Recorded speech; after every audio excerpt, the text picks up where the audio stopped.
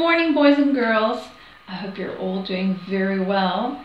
Well, last week we learned about King Saul being anointed in front of a lot of people, but hiding, just to show that he is only a human and our real king is God. And eventually Jesus Christ will come through the line of King David. Well, today we see what else King Saul does in 1 Samuel 13, verses 5 to 14. 1 Samuel 13, verses 5 to 14. And of course, this comes out of the Bible. This is God speaking to us. This really happened a long time ago, but it really happened. And we will read from the New International Reader's Version, which you can find on the YouVersion app. And boys and girls, the Israelites have been fighting against the Philistines. There's been a war going on. Let's see what happens. The Philistines gathered together to fight against Israel. They had 3,000 chariots and 6,000 chariot drivers. Their soldiers were as many as the grains of sand on the seashore. They went up and camped at Michmash. It was east of Beth-aven. The Israelites saw that their army was in deep trouble, so they hid in caves. They hid among bushes and rocks. They also hid in pits and empty wells. Some of them even went across the Jordan River. They went to the lands of Gad and Gilead. Saul remained at Gilgal. All the troops with him were shaking with fear. He waited 7 days, just as Samuel had told him. But Samuel didn't come to Gilgal. And Saul's men began to scatter. So he said, "Bring me the burnt offering and the friendship offerings." Then he offered up the burnt offering. Just as Saul finished offering the sacrifice, Samuel arrived. Saul went out to greet him. "What have you done?" asked Samuel.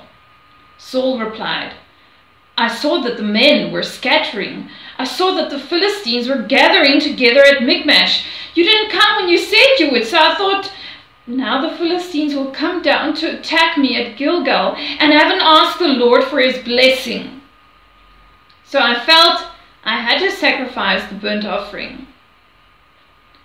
"You have done a foolish thing," Samuel said. "You haven't obeyed the command the Lord your God gave you. If you had, he would have made your kingdom secure over Israel for all time to come. But now your kingdom won't last. The Lord has already looked for a man who is dear to his heart. He has appointed him king of his people. That's because you haven't obeyed the Lord's command." So here we see that King Saul gets rather nervous, and because he doesn't trust really in the Lord and he doesn't know when Samuel is going to come, he takes things into his own hands and he sacrifices at the wrong time. He had to wait for Samuel to arrive and to tell him, "Okay, it's fine, you can make the sacrifice," but he didn't. He didn't obey Samuel, and neither did he obey God. He didn't trust either of them. So we hear, very sad, that this kingdom of Saul will not last. It will come to an end. And we hear that the Lord has already looked for a man who is dear to his heart.